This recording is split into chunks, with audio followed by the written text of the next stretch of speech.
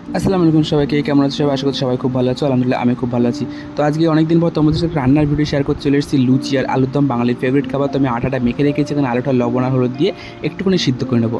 তারপর একটা chip third class কড়াইতে দিয়ে দেবো আমি একটুখানি সর্ষের তেলটা অলমোস্ট ফুরিয়ে এসেছিলো। তারপর আমি নতুন প্যাকেটে আবার একটু তেল দিলাম। তারপর দিয়ে সামান্য পরিমাণে চিনি। আচ্ছা, চিনিটা দিলে না কালারটা খুব ভালো আসে। আর হলুদটা এই জন্য দিলাম যেহেতু আদা বাটার আর কাঁচা লঙ্কা বাটা জিরে বাটা দিয়েছি, তাহলে আদা দিলে প্রচুর পরিমাণে ছিটকে গায়ে আসে, ওই জন্য হলুদটা দিলে না ছিটকে গায়ে আসবে না। তারপর দিয়ে সামান্য পরিমাণে গরম মশলা গুঁড়ো, সামান্য পরিমাণে কাশ্মীরি লঙ্কা গুঁড়ো।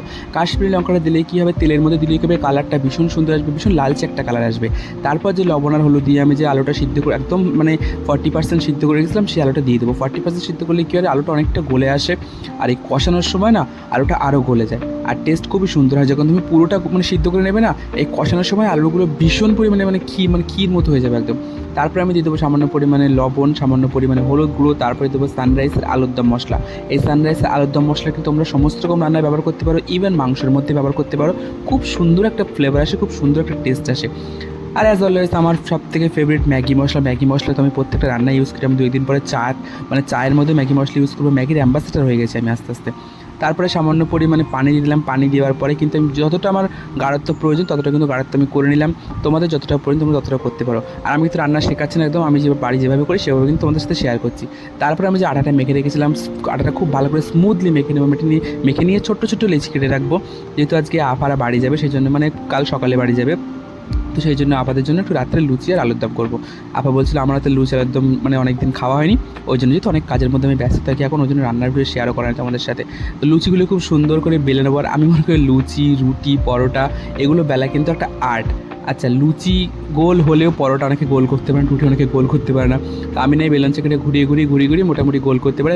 রুটিটা আমার হাতে ভীষণ সুন্দর গোল হয়, আমি জানি না এটা উপরওয়ালার দান। তো তারপরে লুচিটা আমি খুব ভালো করে ভেজে নেবো, একদম গরম তকপকে তেলের মধ্যে দিলে লুচিগুলো এমনি বলের মতো ফুলে আসবে। ঠিক কেউ আমার হালকা প্রশংসা করলে আমি যেভাবে ফুলে যাই, ঠিক সেরকম দেখো লুচিগুলো কিন্তু ফুলে উঠেছে। আর তেলটা কিন্তু অনেকটাই গরম হতে হবে। আর এটা কিন্তু প্রথমে ভেবেছিলাম নান বানাবো, তা ভাবলাম না, গুবলু তো নান খেতে পছন্দ করে না, যেহেতু ওর ছিটতে অসুবিধা হয়, ওই জন্য আমি লুচিগুলো বানাবো। লুচিগুলো কতটা সফট হয়েছে আমি ভিডিওর একদম লাস্টে তোমাদের সাথে শেয়ার করবো। তো যারা যারা আমার এই ভিডিওটা দেখছো প্রথম থেকে দেখে আসছো তাদেরকে অনেক ধন্যবাদ, যারা আমার সাথে প্রথম থেকে আছে তাদেরকে অনেক অনেক ধন্যবাদ। এইভাবে আমার পাশে থাকার পারলে তুই একটা স্টার সেন্ড করো একটু আমার জন্যে। আর এটা যারা ফেসবুক থেকে দেখছো তারা স্টার সেন্ড করো, যারা ইউটিউব থেকে দেখছো তারা প্লিজ আমাকে সাবস্ক্রাইব করো আর আমাকে হেল্প করো, যাতে আমি তোমাদের সাথে আরও ভালো ভালো ভিডিও শেয়ার করতে পারি। সব কটা লুচি যে গোল হবে এরকম কোনো কিন্তু শর্ত নেই বা কোনো কিন্তু নিয়ম নেই।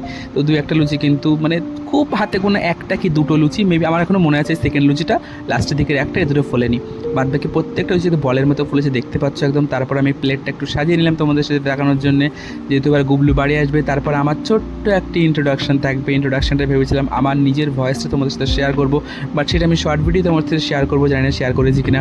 তো এই কিন্তু আমি আর দেখতে পাচ্ছ আমি কতটা ঘেমে সর্বনাশ হয়েছে। রান্না করা এতটা ইজি না এখন বর্ষাকাল, বাট তবুও এতটাই গরম পড়ছে, অসম্ভব ব্যাপার। আমরা দেখতে পাচ্ছি আমার গেঞ্জি ভিজে আমার গা দিয়ে টপ টপ করে ঘাম পড়ছে, যতটা ঘাম মুছে ধরে ভিডিও করতে পারছি।